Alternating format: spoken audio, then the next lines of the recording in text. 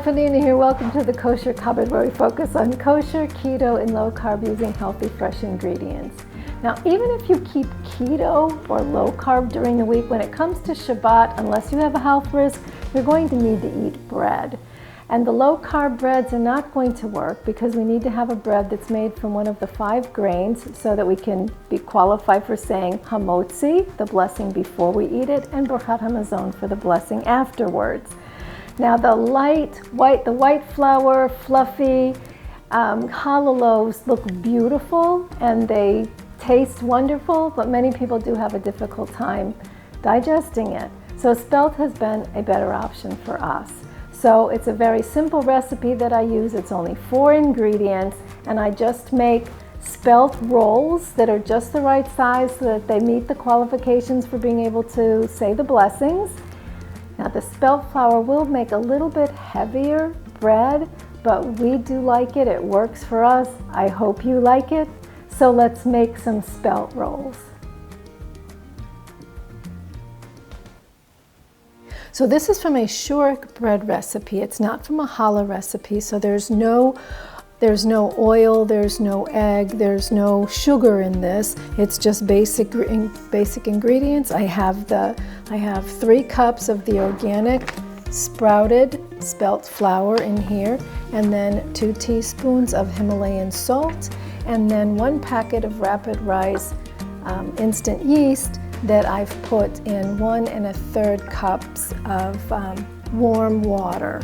The recipe does call for 1 1/2, but I've noticed that in this humid climate in Houston, I need to put less water or it takes forever for this to get ungooey.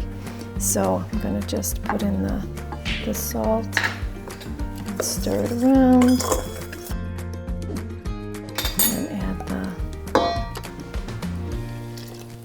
water.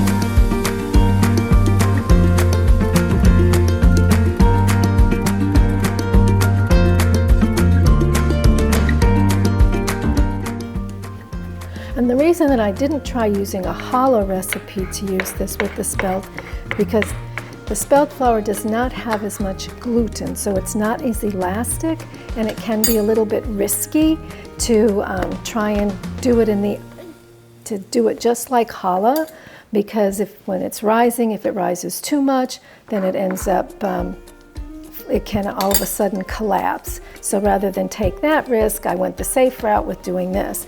Now some people will take the Spelt flour or whole wheat flour and they'll do half white flour in it, or they will do they'll add vital wheat gluten to it. Well, all of those things is just going to add the gluten back into it, which is one of the reasons it's more easily digestible, is because it does have less gluten in it. Plus, I didn't want to add the sugar to it, but I know many people do like the sweet challah. So this is not going to be like a light, fluffy loaf. So instead of trying to make it into a braided loaf or something that resembles the beautiful challah loaves, I just make it into rolls. And I have the oven set for bread proofing. If you have that option in your oven, or maybe you have a warming drawer that will work for that, that's great. Otherwise, you can just put it in a warm corner of the kitchen to rise. What I'm going to do is just put a few drops of oil in the bowl and then roll the dough around in it just to coat it so it doesn't dry out while it's rising.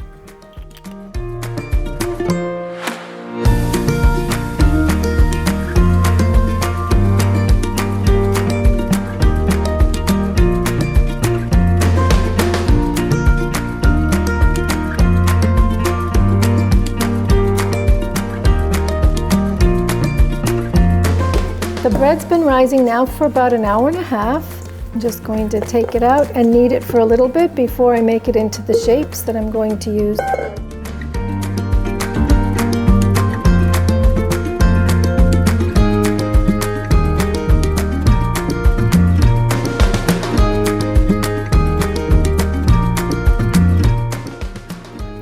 So I'm going to make this into 12 rolls.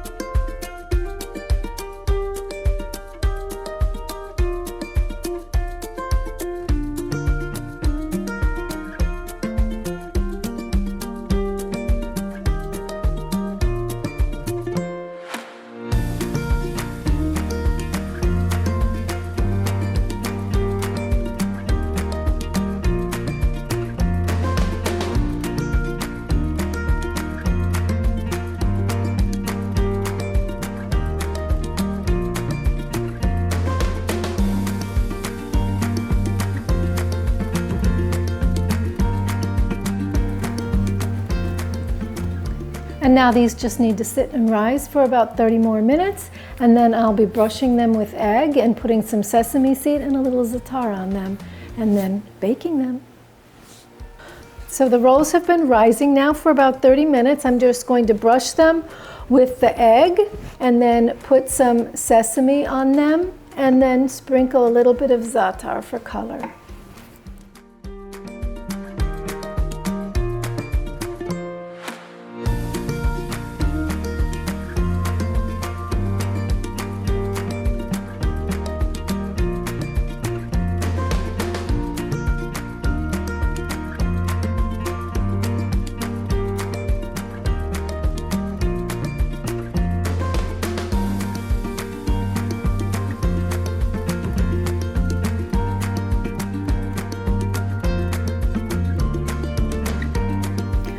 Okay, now they go into a 350-degree preheated oven for 10 to 12 minutes.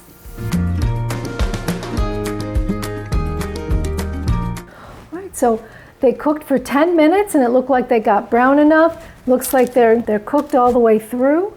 So let's see how it looks inside. Then my plan for these is to go ahead and freeze them overnight in a plastic bag, and then I do have a food saver, so I'll vacuum seal them in packages that are just for Shabbat.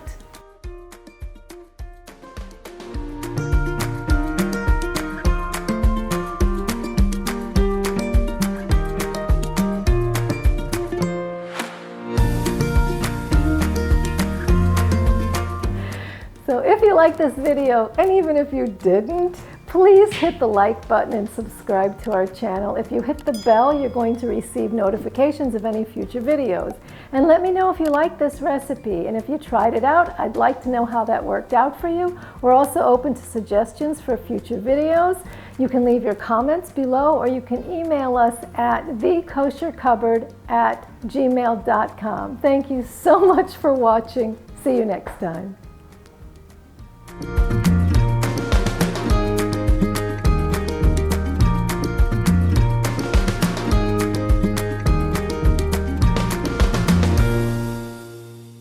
You can leave your comments below, or you can email us at thekoshercupboard@gmail.com. Thank you so much for watching.